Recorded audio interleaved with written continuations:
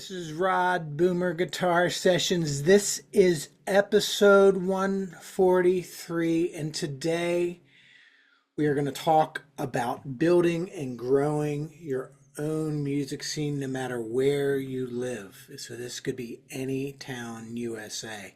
I especially like the small towns because the bigger towns have a music scene. So how do we grow our own music scene? How do we do all that kind of stuff? And first, understand when you have a music scene, you have an art scene. It's not just music. It's gonna support all the arts. And anyway, that's what we're gonna talk about today. And my background for the last 36 years, I've been trying and sometimes in many cases succeeding in bringing people together and creating and having opportunities to play music. And I'm trying to foster a music scene in my own town of York, Pennsylvania. So important to note that when you have a music scene, you have musicians. Musicians are important. They're not the only thing to consider.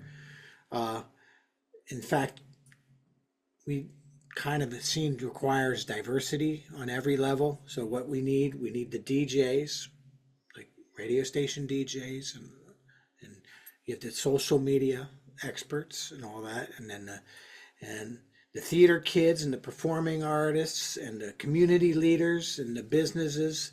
All of these can be brought into this music scene, building the music scene. And news outlets, media creators, like social media creators, visual artists, carpenters, graphic designers, street teams, influencers, education people like myself, educators. You have a big part of this scene, building of the music scene. But most of all, fans and supporters of a music scene are supporters of an art scene. Okay, so that's what I want to stress. That's what we're trying to build here. We're trying to build a scene where everybody is supportive, and we're building, and it is a place that people will go to from out of town. We have venues, and we have just a good nurturing environment. That's what a music scene is. What a music scene isn't is catty people dissing on one another, being disrespectful, all that kind of stuff. That's a weak scene. The world has a lot of those as well. We'll talk about those later.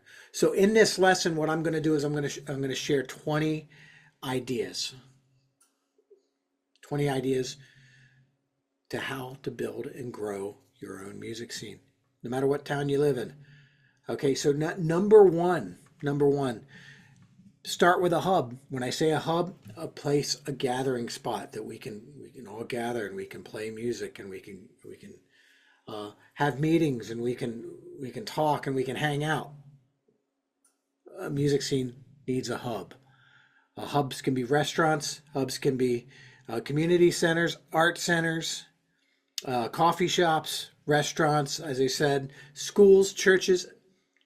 Find a hub, or maybe multiple hubs. All right, so find a hub. Every scene has a hub. You need a hub.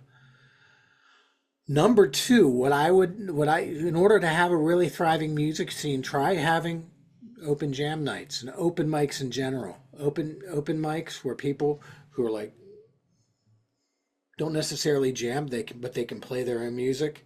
You'll have other people sitting in and playing along with you and try to support your music.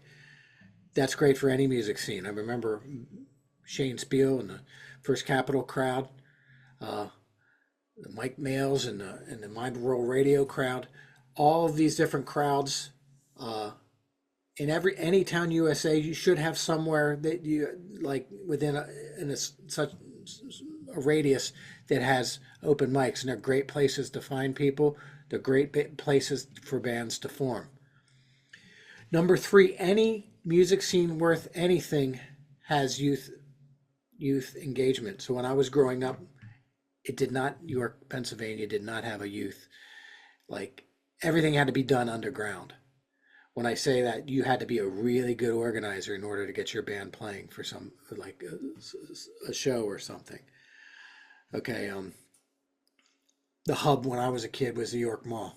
It was the local mall, which they're drying up. So youth engagement, have things for youth to do, have opportunities for youth to do, have opportunities for youth to be educated, to learn, to be mentored, and also for youth to learn how to mentor. Okay. I'm one of these people that believe in the older generation can show the younger generation what they've learned in their lifetime, but also the younger generation has a lot to offer in their experiences. They're coming and they're raised up in a different world than we were. So youth engagement, offering programs to teens, offering programs. I taught a nursery school class once till COVID hit, and it was the joy of my life. We danced. We learned about Stevie Wonder, Beatle Paul, Prince, James Brown, all kinds of different things. So youth engagement. Number 4, along with this, cross-generational, youth and adults mixing and playing. You can have your youth playing in their bands and their things. You have your adults doing their things, but also bring the two together so those cultures collide and something unique and really cool happens from it. So I think that's important, cross-generational collaboration. So we can be inspired by each other. Your experiences, my experiences. I certainly, every day I teach, I learn from people like that are younger than me. They live in a different world. So, all right. Number 5, genre diversity. You don't just want to be necessarily known. I guess Seattle was great for grunge, and that was a great music scene. They were all supportive, but my ideas of a great music scene, that more people are included on that scene and more cultures. One of the things I liked about my hometown and my home neck of the woods is when I came home from Boston in 1989, I could walk into the local hub music store, which was Campbell's Music, and the metal dudes was talking to the bluegrass guys, and we were all exchanging ideas, and it's like bluegrass, rock, jam band, hip hop, all these communities can coexist and intermingle. And that's when really, really cool opportunities and really cool performance and really cool styles of music evolve, because it's a mixture of all of these different cultures. The Anthrax with the Public Enemy. All right. The Big Audio Dynamite, when the Clash broke up and they started like listening to hip hop or rap music, and new music, new opportunities. It's just a healthier scene if you have lots of other genres represented other than just metal or other than just grunge or yes, or the punk rock club. Great. The coolest punk clubs aren't just punk clubs. They celebrate music. And when they talk about punk is more alternate way of thinking, not held back by race or culture. It's like it's a different thing. It isn't trying to overthrow the government yet. Anyway, so with that said, number 6, local media partnerships. What this means is, if you want to be a community organizer and you want to be building your scene, what you need to know are the players and who are the people involved in your music, in your music scenes, in your schools, in your yes, if you're a music teacher, learn the names of your area school teachers. You want to know who is in the news channels, and you want to know who do I contact to get my band in the local paper, or get this festival covered in the local paper. All right. So these are all considerations. You, as an organizer, you got to be you got to be something more than just a musician. Okay, you got to know lots of people, sound people. Okay, people who with no other. They just want to help out, whether that is sweat equity, which is helping out with the muscles, or helping out with money. There's all different kinds of help. So the idea of local media partnerships, you want to know the local podcasts, the local newspapers, get to know the local bands and the local concert promoters. Okay. So with that said, getting to know all the players. Okay, so number 7, community festivals. Put on a festival. Make that a project in your hometown. Okay. Centered around something, some sort of benefit. Somebody benefits from this festival. The proceeds go to such and such. All right. You can start small. It can be a parking lot, community day, first Friday, something like that. Doesn't have to be. I would start anything that is new. I would start small. Okay. I would start outside. I would start outside weather months. Okay. What the food truck. That's something in my hometown has. It's a food truck event. We have concert stage. We have food trucks everywhere. We have community leaders making speeches. All different kinds of things going on at the same time. So, number 8, musician networking events. Musician networking events. I'm involved with the Central Pennsylvania Music Hall of Fame, and one of the things that they're all about is creating opportunities for musicians to meet other musicians, and having musicians have access, younger musicians having access to getting gigs and getting recorded and getting noticed and getting their song on the air, and meeting other musicians and being a part of a community. That is what Central Pennsylvania Music Hall of Fame, that's what they're all about. They have open mics. They have an award show once a year, and there's going to be lots of other things. You can do this in your hometown. You can do this in your hometown. If your hometown doesn't have it, be the change. You provide the thing. Okay, My Rural Radio. That used to be a concert every year. Every year it would be musicians gathered, and we all play the concert, and it was a wonderful. Proceeds went to the local fire companies. So these are networking events. So with that said, number 9 is having that supportive infrastructure. Okay, businesses, musicians, volunteers, all working together. Okay, the idea local businesses can sponsor the music nights. Okay, they can buy ad space for certain events. Like King Street Jam was in my hometown. That was a thing that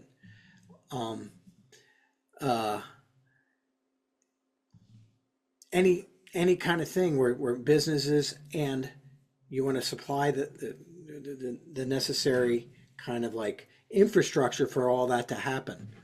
All right. Number 10, artist showcases. These are great. These could be themed showcases. It could be singer-songwriter. It could be lady vocalists or lady artists. It could be male artists. It could be folk artists. It could be hip-hop. Okay, you could have four or 5 people on a bill, and it's a artist showcase. It could be a one artist showcase. Okay. Such and such a songwriter. He's the featured artist for tonight at a local whatever. Okay. If your local venues support music, and if they really support music, when I say support music, they don't shove them in the corner and keep the TVs on football. That's not a venue that supports music. If they don't turn the TVs off, then it's that's a sports bar or something that their interests are not, and a lot of them aren't. Coffee shops are really good for this. They are have historically been supportive. All right, number 11, near to my heart, music education, but tied on to the local scene that we're creating and demographic, certain demographics. When I say that, demographic meaning group of people. Teenage demographic is one demographic. Urban demographic is another demographic. Uh, I don't know how else to say this, but like the silver sneaker crowd, that's a demographic. I think all those people should be represented.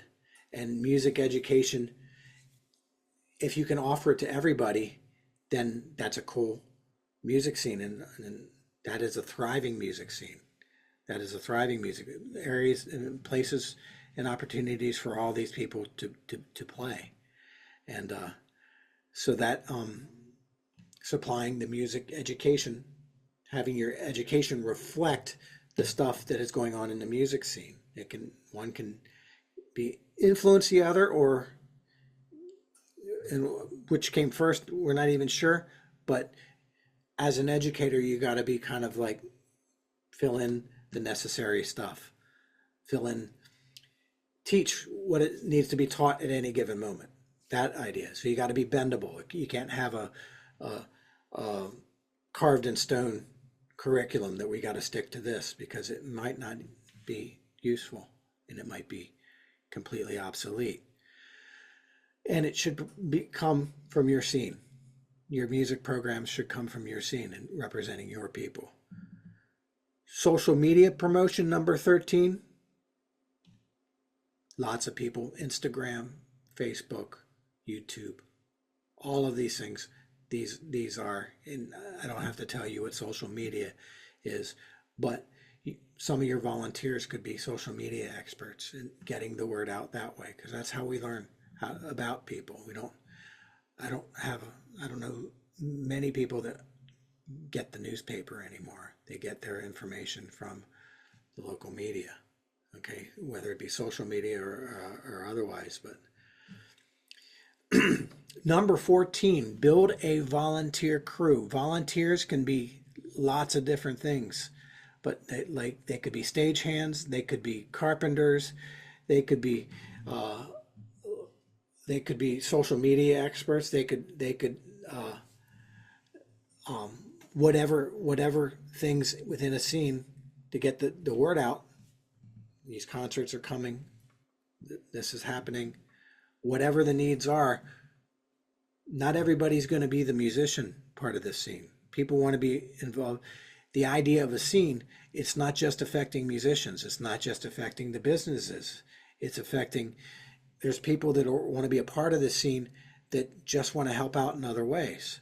They may be the production people, or they may be the concert promotion people, as I said, the street team, whatever it is. Build a volunteer crew. People will work for free or little money if they like what your scene represents, and their lives will change. Their life will improve because of it. If their life improves because of it, not everything is a thing that you have to be paid for. Okay, musicians know that a lot, because yes, a lot of times what we do things that way. Want to try to get a thriving music scene also pays the bands too. So, but anyway, do-it-yourself venues. This is DIY. A thriving music scene has a bunch of venues cropping up that support. These can be the microbrews. These can be these can be art centers. These can be a combination of things. In our hometown, I remember back in the day, we had a house party once a month at Pete and Lindsay's, and all the really cool indie songwriters would come first Friday of every month at Pete and Lindsay's living room, and that was the thing to be. And I was never able to make it because I always played around the corner, but that was wonderful. That was a thriving scene just because of that one or two shows a month they would sponsor people coming to their house and in their living room, and this is a Cable House is another one, bringing people in and opening acts. We have national acts coming to York, and we have a concert venue. That Cable House presents. That is concert promotion of indie songwriter centric music, intelligent songwriter centric music, folky. It doesn't have to be folk necessarily. It's a blues, but it's not typically mainstream. And then something new is FH Pappy's. That's something new. I'm excited for, because it is a punk club. Punk, not meaning overthrowing the government, but just cool art people that it's a little edgy. It should be a little edgy, but lots of musical opportunities, lots of art opportunities, art and music intertwining. I'm excited for FH Pappy's. Number 16, a thriving music scene spotlights and highlights original music. Lots of people want to hear cover tunes. That's cool. But also support your local musician who is writing their own song. The songs, the original songs, are what makes the music scene a thriving one versus a dead one. If all we have is cover bands, then that's kind of a dead scene. And that's just my opinion, but a lot of people share that same opinion. Okay, thriving music scene, original music, music educators supporting songwriting. You see where I'm going with this? So, all right. So number 17, affordable access to all of it. Keep your concerts affordable. Keep your music education affordable. When I say this, we have an out of town, kind of like a national school that came to town, and they charge an exorbitant rate that the only people who can afford those rates are rich kids. So that's all they have, that's all they represent. They represent the 10% of the population. If that's who you want to represent, if that's rich kids need education too, certainly. But for my music scene, I want to have music scene that everybody can benefit, and certainly we want to be paid. As educators, as musicians, we need to be paid. But you don't if you outprice yourself, then the only people that are going to be, you're going to narrow the people who can come and benefit from your program. And I'm about a wide music scene, not a narrow demographic. So keep them affordable, keep your music education affordable, keep your concerts affordable, keep a lot of that. Just be cognizant of the people who are coming to see you. If they have to pay an exorbitant amount, they can't go to that many shows. Number 18, we would just call this documentation. When I say documentation, Pennsylvania musician, like the zine culture. You have a magazine that is the scene specific. What is going on in York? Who is playing where? Who is in this band? Who is in that band? What bar supports this kind of music? What different art collectives over here? Microbrews over here. Every good scene has some of that. I remember back in the day, we even had our own YouTube, not YouTube, kind of like a Facebook page, but it wasn't Facebook. It was called Scrapplehead. Great idea, Shane Spiel. Scrapplehead, and we had writers for Scrapplehead, and it would biographies of all the area musicians, and you could click on the who is who in any particular scene. I got to think it was not that hard to make like a social media hub for all the area musicians. Okay, can't be that hard. It might maybe time consuming, but anyway, documentations, YouTube recaps, newsletters, archive shows, that YouTube to archive shows, and guys, that kind of stuff just keeps that momentum, that scene building momentum going. Your visual arts friends can completely benefit from this. Okay. 19 membership or mentorship programs. Older musicians mentoring younger musicians. That's what I'm big on. Okay. How do we do what we do as older musicians?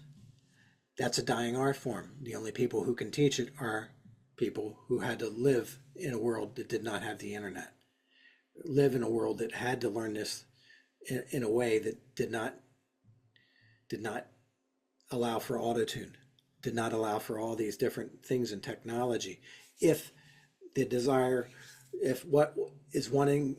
you want to learn an old skill, when I say old skill, like playing a musical instrument, that's an old skill, okay? Because some people only create electronic music. Anyway, a thriving music scene has some sort of mentorship component where younger musicians have access to older, more experienced musicians, and there's a back and forth. Another Central Pennsylvania Music Hall of Fame thing, which I'm proud to be involved with, is that mentorship part, that clause. All right. So with that said, number 20, this is big.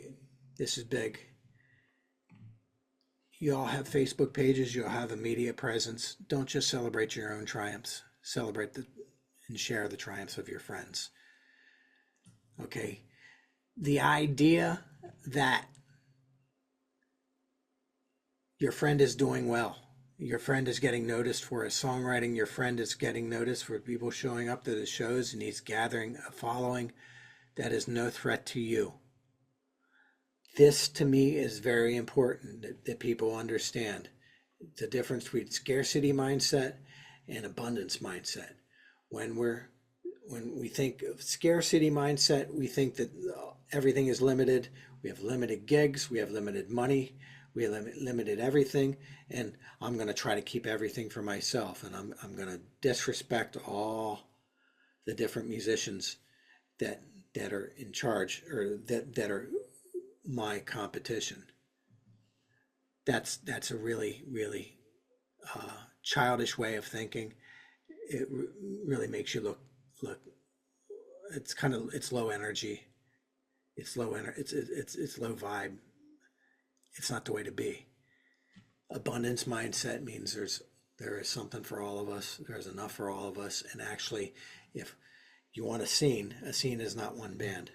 A scene relies on lots of musical acts and lots of different parts coming together, as I have mentioned in this whole video. So be abundant in your mindset. Be sharing, be supportive. Push your friend's stuff. Help out when you can. Don't try to sabotage other people's efforts. If that's what you want, if you do that, you'll be remembered as that guy. And that is low energy, low vibe. So it's bad. It's also bad business. So anyway, so with that said, music scene is not built. It is not built with one person, one group of people. It's lots of different arms coming together. And I hope in this episode of Boomer Guitar Sessions, I inspired you. I've given you some ideas to go off into wherever you live, and you start up your own music scene. If you have anything to offer, something you consider to be an important part of your music scene, please put it in the comments. Teach me. Each one teach one. Teach me. And I'll share it in the future. a future episode. All right. This is Rod for Boomer Guitar Sessions. I believe in you.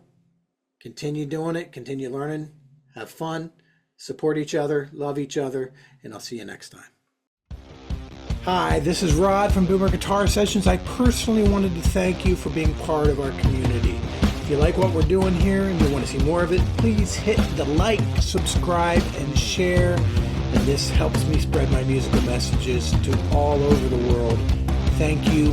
I appreciate you. And always remember, you can do this.